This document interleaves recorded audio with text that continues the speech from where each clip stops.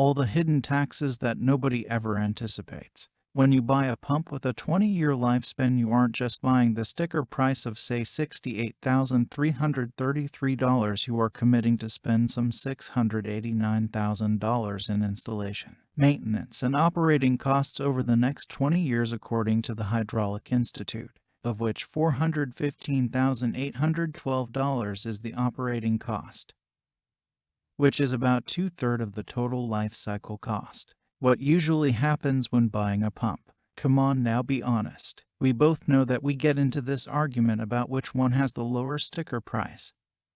Sure, we could use yours, but that one is like $5,000 cheaper. Doesn't matter that it will cost you 10% more to operate, which is $41,500 in operating costs because it's not optimal for the system.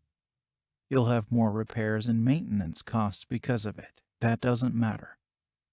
What matters is the satisfaction of saving $5,000 right now. Who knows what impact a cheaper pump will have on production downtime, on profits, or on production output. Imagine what would happen if your manager ever asked, "How many production dollars have we lost because we keep shutting the system down to repair that cheap pump you purchase?"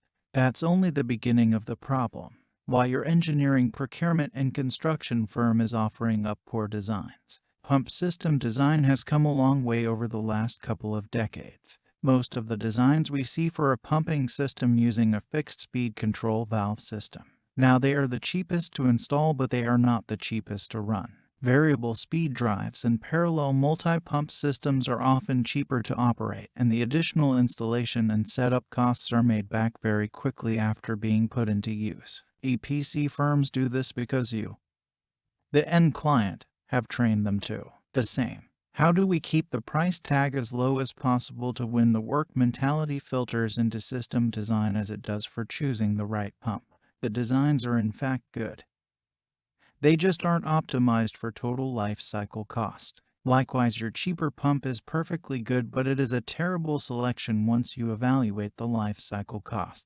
Anyone with a keen financial mind will understand the implications to the plant, even in a balance sheet kind of way. Now you know how to avoid this mess going forward. What can we do with my existing system? This is not a quick fix, but it is relatively simple to optimize an existing system. The reason being, it's not let's put in a variable speed drive and everything will be fixed. We need to review your existing systems and look for opportunities that will reduce energy consumption and improve reliability, generally by reducing wear and tear. This will decrease downtime and costs associated with lost production, maintenance, and repairs, all while extending equipment life. Costs associated with downtime routinely exceed energy and reliability costs combined. To get some help assessing your system, call at 404-738-5810 or drop us a line, sales@piabarker.com, and our team can help you figure out what's best for you.